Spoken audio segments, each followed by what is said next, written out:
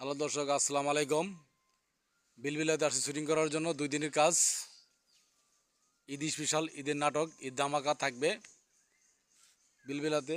Shooting spot অনেক সুন্দর জায়গা।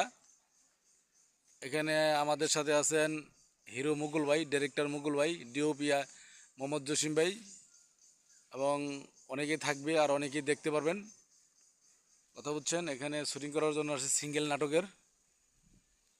হ্যাঁ, জায়গাটা অনেক সুন্দর, অনেক পরিবেশটা ভালো, অনেক ভালো লাগবে।